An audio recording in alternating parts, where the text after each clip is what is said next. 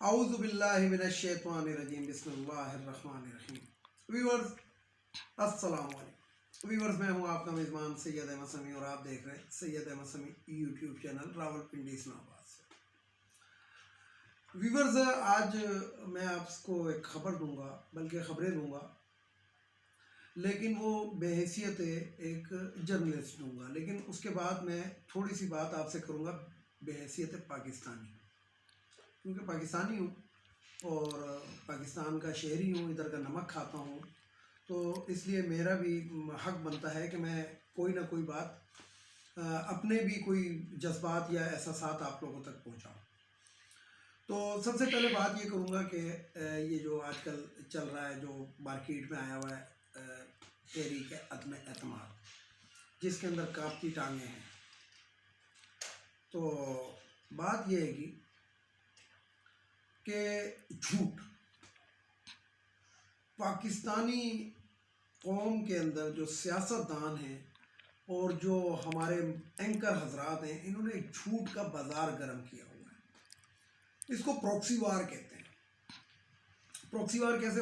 جی ہمارے پاس 40 بندوں کی حمایت حاصل ہے، پی ٹی آئی کے 40 بندے ہم نے توڑ لیے، پی ٹی آئی والے کہیں گے ہم نے ان کے اتنے توڑ لیے، پھر اس کو ہوا دیں گے یہ اینکرز، مخصوص اینکرز۔ ماؤتھ پیس کون ہوتے ہیں؟ احسن اقبال کی طرح کے، جاوید لطیف کی طرح کے، یہ لوگ ماؤتھ پیس بنے ہوئے ہوتے ہیں، مریم اورنگزیب کی طرح کی، پیپلز پارٹی کی بھی دو چار ہے، لیکن یہ ہوگا ٹوٹل جھوٹ۔ یہ نہیں کہ پروکسی وار کا مطلب یہ ہوتا ہے کہ کسی کو دباؤ میں لے کر آنا صرف باتوں سے، افواہوں سے۔ تو اس کے اندر کچھ لوگ ایسے بھی ہوتے ہیں جو ففتھ کالمسٹ کہلاتے ہیں۔ ففتھ کالمسٹ یہ ہوتے ہیں کہ آپ کے پاس بیٹھ کے بات سنی، وہ مجھ تک پہنچائی، میرے پاس بات بیٹھ کے سنی، ان تک پہنچائی۔ مشترکہ دوست جن کو کہتے ہیں، یہ حرف ہے جن میں سیاستدانوں کہتے ہیں مشترکہ دوست۔ بہرحال بات یہ ہے کہ میں آپ کو یہ بات بتانا چاہتا ہوں کہ پاکستان کے لوگوں کو، ہمارے پیارے ملک کے لوگوں کو کم از کم یہ بات سمجھ آ جانی چاہیے کہ جتنے بھی لوگ ہیں سیاستدان، یہ صرف اور صرف اقتدار اور پیسے کو دیکھتے ہیں۔ اگر پیپلز پارٹی کے لوگ ٹوٹ کر نون لیگ میں آتے ہیں تو پیسے کی وجہ سے آ رہے، ظاہری بات ان کو کوئی آفر کی جاتی ہے۔ اسی طریقے سے آج کل جو یہ پی ٹی آئی کے بارے میں چل رہا ہے کہ جناب پی ٹی آئی کے اتنے لوگ ان سے مل گئے اور 18 کروڑ کی آفر آ گئی اور 18 ارب کی آفر آ گئی، پتہ نہیں کتنے کروڑوں کی آفریں آ گئی، تو اس کا مطلب ہے کہ ان کا دین اور ایمان پیسہ ہے، ملک نہیں ہے۔ یعنی کہ یہ ملک کو صرف کھانے کے لیے اقتدار میں آتے ہیں، اپنے آپ کو جسے کہتے ہیں کہ ایک اپر گریڈ کے اندر لانے کے لیے۔ ظاہری بات ہے کہ جب ایک ایم این اے ہوتا ہے، ایک ایم پی ہوتا ہے، اس کا علاقے کے اندر ایک روب ہو جاتا ہے، دبدبہ ہو جاتا ہے، سیاسی اثر وثوق ہو جاتا ہے، اس کے لیے اربوں روپے خرچ کر کے آتے ہیں اور پھر اس کے بعد کھربوں روپے بناتے ہیں۔ شہباز شریف کہتا ہے کہ میرا باپ بہت غریب آدمی تھا، جبکہ نواز شریف کہتا ہے کہ میرا باپ جدی پشتی مالدار ہے۔ قمر زمان کائرہ کہتے ہیں کہ ان کی 10 مرلے کی جناب اتفاق فاؤنڈری تھی۔ اسی طریقے سے آپ زرداری صاحب کا سن لیں کہ جناب بیمبینو سینما کی تصویریں ان کے وائرل ہو چکی ہیں کہ بیمبینو سینما جو کراچی کے اندر ہے، اس کے پروجیکٹر روم کے اندر بیٹھے ہوئے گے دوسرے ہال کے اندر۔ تو بات یہ ہے کہ بہرحال میں نے جو بتانا وہ یہی تھا کہ ایک افواہوں کا بازار گرم ہے۔ کسی نے ایک نائی سے پوچھا باربر کہ میرے سر پہ بال کتنے ہیں؟ اس نے کہا 15 منٹ کے لیے سامنے بیٹھ، سارے تیری جھولی میں پڑے ہوں گے، گن لینا کہ کتنے ہیں۔ تو جو کچھ ہونا ہے وہ 2-4 دن کے اندر آپ کو پتہ لگ جائے گا، کیونکہ حکومت بھی بڑی سرگرم ہے۔ حکومت یہ کہتی ہے کہ جناب 22 مارچ تک لے کر ہی نہیں جاتے اس چیز کو، فوری طور پہ قومی اسمبلی کا اجلاس بلایا جائے اور فیصلہ کر لیا جائے۔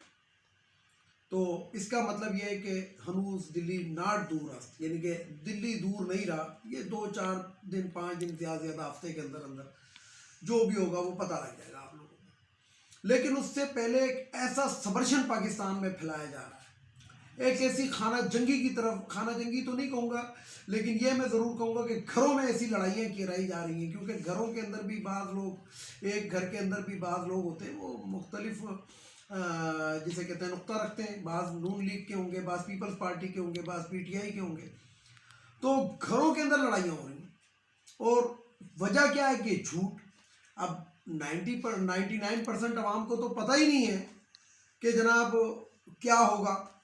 بس وہ تو انہی اینکروں کی، انہی چور ڈکیت، یہ جو ہمارے سیاستدان ہیں، انہی کی باتیں کو سن رہے ہیں. مختلف ٹی وی چینلز پہ بیٹھے ہوئے، مختلف اخبارات کی سرخیاں بن رہے ہیں. تو بہرحال میری گزارش یہ ہے گی کہ آپ افواہوں پہ کان نہ دھریں. اور پنجابی کی ایک مثال ہے کہ 2-4 دنوں بعد جڑا سپ ہوئے گا نکل آئے گا، تو پتہ لگ جائے گا کہ کون کتنے پانی کے اندر ہے. لیکن ذاتی رائے جہاں تک ہے، تو ذاتی رائے میں پھر یہی کہوں گا، جو میری ذاتی رائے ہے، وہ ذاتی رائے میری یہ ہے گی کہ اپنی تاریخ کے اندر، اپنی زندگی کے اندر تاریخ کا طاقتور وزیر اعظم عمران خان کو دیکھ رہا ہوں. تو میری جو انفارمیشن ہے اور جو میرے ذرائع مجھے بتاتے ہیں کہ عمران خان بہرحال بہت اسٹرانگ ہے اور یہ کچھ بھی نہیں ہوگا، یعنی کہ عمران خان بدستور وزیر اعظم رہیں گے. اب میں جو آپ سے بات کرنا چاہتا ہوں وہ بینگ ہے پاکستانی کرنا چاہتا ہوں، اپنے خیالات کا اظہار کرنا چاہتا ہوں. میں نے آپ کو اپنے ایک ویلاگ کے اندر بتایا تھا کہ ہماری فیملی کا تعلق، بلکہ پورے فیملی کا نہیں، پورے خاندان کا تعلق جو ہے وہ پاکستان پیپلز پارٹی سے رہا. میرے بڑے بھائی نے 16 کوڑے کھائے ہیں ضیاء الحق کے دور میں. میرے سگے بڑے بھائی نے 16 کوڑے کھائے ہیں ضیاء الحق کے دور کے اندر، اور ایک لمبی جیل بھی کاٹی. یعنی کہ پیپلز پارٹی کے لیے ہم اس جگہ تک تھے، مطلب میں آپ کو بتاؤں کہ میرے ذاتی حلقے سے صوبائی اسمبلی کے لیے قمر عباس صاحب کھڑے ہوتے تھے مرحوم، اور قمر عباس کے ساتھ میرے بڑے بھائی کے اور ہمارے جو تھے وہ ذاتی قسم کے تعلقات تھے. اور اسی طریقے سے میری خالہ تھی، میرے جو رشتہ دار تھے، یہ بہت بڑے ایک جسے کہتے ہیں کہ سیاست میں ان کا پشاور کی سیاست کے اندر بہت بڑا عمل دخل تھا. تو میری خالہ سو مینی ٹائم کونسلر بھی رہی ہیں. تو جسے کہتے ہیں کہ ہمارا بہت عمل دخل تھا. اور پیپلز پارٹی جو تھی وہ سمجھ لیں کہ ہمارے رگوں کے اندر خون بن کے دوڑتی تھی. نہیں تو بھٹو صاحب جیل میں تھے اور میرا بھائی نے کوڑے کھائے تھے، تو یہ کوئی وہ نہیں ہے. بھٹو صاحب کی پہلی برسی کے اوپر یہ پکڑے گئے تھے، یعنی کہ جیل میں نہیں تھے، پہلی برسی پہ، اور شاہی باغ اسٹیڈیم میں لگے تھے. تو بلاول بھٹو، ظاہری بات ہے کہ اپنے آپ کو بلاول کے ساتھ وہ بھٹو لگاتے ہیں، حالانکہ وہ بھٹو نہیں زرداری ہیں. تو انہوں نے آج جو تھی ایک پریس کانفرنس کی اسلام آباد کے اندر، اور اس کے اندر خوب لتاڑا عمران خان کہ جناب تم نے میرے باپ کے بارے میں یہ بات کی ہے کہ میں گولی کا نشانے پہ رکھا ہوا ہے، یہ وہ، مطلب جو عمران خان نے کہا تھا میں وہ الفاظ دہرانا نہیں چاہتا. تو اس کا بلاول بھٹو نے بڑا جسے کہتے ہیں کہ جواب دیا. لیکن بلاول بھٹو، میں آپ کو بحیثیت پیپلز پارٹی کا ایکس ورکر ہونے کی حیثیت سے، اب آپ یہ بھی سوچ لیں کہ ہم ایکس اپنے آپ کو کیوں کہتے ہیں، کیونکہ اب ہم باقاعدہ یعنی کہ خودکشی نہیں کر سکتے، پیپلز پارٹی کو ووٹ نہیں دے سکتے، اس لیے کہ یہ پیپلز پارٹی تو رہی نہیں، یہ تو زرداری لیگ ہے. مجھے بڑی خوشی ہوتی آپ کی والدہ محترمہ، اور آپ لوگوں نے میرا اگر فیس بک دیکھتے ہیں، میرے جو فیس بک کے اوپر جو میرے فینس ہیں، میں ان کو سب سے زیادہ بے نظیر کی فوٹویں جو ہیں وائرل کرتا رہتا ہوں. خوبصورت خوبصورت فوٹویں، ایون کہ جو ان کی ڈیڈ باڈی کی تصویر ہے، میں ان چند لوگوں میں سے ہوں جس کے پاس بے نظیر بھٹو کی ڈیڈ باڈی کی تصویر ہے، باقاعدہ ان کا چہرے کی تصویر ہے. تو میں صرف یہ کہتا ہوں کہ بلاول بھٹو صاحب، آپ ان لوگوں کے پیر دبا رہے ہیں، ان لوگوں کے پیروں میں پڑے ہوئے ہیں کہ جنہوں نے آپ کی والدہ کی برہنہ تصویریں ہیلی کاپٹر سے پھینکی تھی. یہ وہی مریم نواز ہے جو بے نظیر بھٹو صاحبہ کو، حالانکہ اس سے عمر میں وہ بڑی تھی، ان کو کن القاب سے نوازتی تھی. پیلی ٹیکسی نام رکھا ہوا تھا یہ شہباز شریف نے آپ کی والدہ کا. آپ کی نانی نصرت بھٹو کی برہنہ تصاویر انہوں نے ہیلی کاپٹر سے پھینکی. اس وقت آپ نہیں بولے، اور وہ آپ کو آج شاید بھولا ہوا ہے، لیکن حویث اقتدار کے اندر آپ اس طریقے سے اندھے ہو چکے ہیں کہ آپ نے یہ بات کی. مجھے بڑی خوشی ہوتی کہ آپ ان لوگوں کے بارے میں بھی اسی طرح کا اظہار کریں کہ جنہوں نے میری والدہ کے بارے میں اس قسم کے الفاظ استعمال کیے تھے یا اس قسم کے رقم. میں ان کو نہیں چھوڑوں گا. اگر آپ یہ کہتے تو شاید آپ کا پیپلز پارٹی کا تھوڑا بہت ووٹ بینک پنجاب میں بڑھ جاتا. پنجاب کی بات نہیں کرتا، اگر آپ کہتے تو شاید میرے حلقے سے ووٹ کچھ نہ کچھ ضرور بڑھ جاتے. تو یہ بات میں نے کرنی تھی. دوسری بات یہ ہے بلاول بھٹو صاحب کہ آپ نے پاکستان کے لیے قربانی کون سی دی ہے؟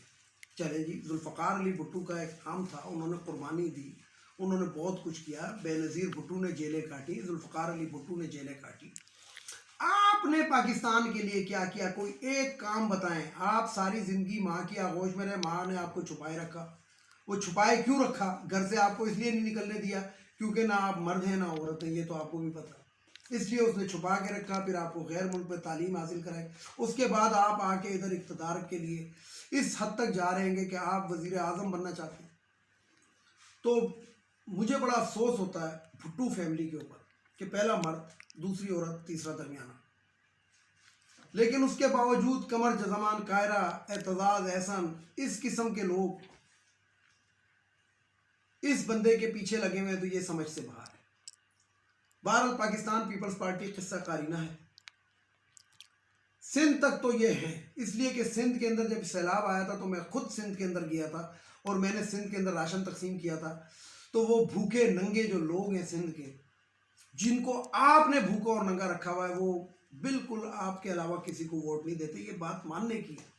لیکن پنجاب KPK کے اندر جس طرح آپ کا صفایا ہوا ہے، اس کے اندر آپ کے باپ کا جتنا کردار ہے، تو کم از کم آپ اپنے باپ سے بھی ایک دفعہ ضرور پوچھیں کہ میری ماں تو چاروں صوبوں کی زنجیر تھی، تم نے اس زنجیر کو کدھر غرق کر دیا. ویڈیو کو لائک کریں، شیئر کریں، سبسکرائب کریں، بیل آئیکن کے بٹن کو ضرور دبائیں تاکہ میری نیکسٹ ویڈیو آپ کو مل سکے. اس کے ساتھ اجازت چاہوں گا. اجازت چاہنے سے پہلے میرے روایتی جملے ہوتے ہیں، لیکن آج میں بولوں گا، اس کے بعد یہ میں روایتی جملے نہیں بولا کروں گا. صرف 2 لفظ ضرور کہا کروں گا اور شارٹ کہا کروں گا. تو بہرحال سب سے پہلے ان اخوانیوں کو اب ہمارے ملک سے چلا جانا چاہیے اور حکومتوں کو اس کے اوپر کام کرنا چاہیے. اگر وفاقی حکومت کچھ نہیں کر رہی تو صوبائی حکومتوں کو یہ چاہیے کہ اپنے اپنے صوبے سے ان کو بے دخل کریں، ان کو کیمپوں تک محدود کریں. دوسرے نمبر پہ جو خواتین کی مخصوص نشستیں، ہمارا غریب ملک ہے، یہ ختم ہونی چاہیے. یہ 40% جو ایکسٹرا ہمارے خزانے پہ بوجھ ہے، یہ ختم ہونا چاہیے. تیسرے نمبر پہ وہ جو بھگوڑا لندن میں بیٹھا ہوا ہے غبن کر کے، اس کو واپس آنا چاہیے. اور سب سے آخر میں ہماری معزز عدلیہ، یہ وہی معزز عدلیہ ہے جو ایاز صادق کی درخواست کے اوپر آج عمران خان کو نوٹس کرتی ہے سپریم کورٹ آف پاکستان. یہ وہی جسٹس عطر من اللہ ہے جس کی آج بےزتی بھی ہوئی ہے. پھر وہ کہتا ہے کہ اگر لوگ میرے بارے میں بات کرتے ہیں تو کرتے رہے. تو مقصد بات کرنے کا یہ ہے کہ ہماری جو عدالتیں ہیں یہ انتہائی درجے کی عدالتیں نہیں ہیں، بلکہ میں کہنا نہیں چاہتا کہ یہ کیا چیز ہے، گندا نام ہے، آپ اندازہ خود لگا. یعنی کہ جج جو ہیں یہ اس طرح بکتے ہیں کہ جس طرح مارکیٹ کے اندر جو گندی سبزی ہوتی ہے نا، جو بڑے کم ریٹ کے اوپر بکتی ہے، وہ ہے. تو جسٹس قاضی فائز عیسیٰ، میں تمہیں ہر ویلاگ کے اندر ضرور یاد کروں گا، تمہارے اور تمہارے کرپشن کو میں ضرور یاد کرایا کروں. تو ایاز صادق کا اگر 4 سال 5 سال پرانا case chief justice of Pakistan صاحب آپ سن سکتے ہیں، تو ذرا سا وہ جو ایک کیس جو جسٹس قاضی فائز عیسیٰ نے دبایا تھا، حدیبیہ پیپر مل، وہ بھی پلیز کھول لیں. اور پھر میں یہی کہوں گا کہ اگر کوئی ہمارا ایماندار جج ہے تو جسٹس قاضی فائز عیسیٰ کی کرپشن کو دیکھے، ان ججز کی کرپشن کو دیکھیں، ان کی بیویوں کے آنسوؤں کو نہ دیکھیں. اس کے ساتھ اجازت چاہتا ہوں تمام دیکھنے والے کو، سننے والوں کو. اللہ حافظ. اور آخر میں پاکستان زندہ باد.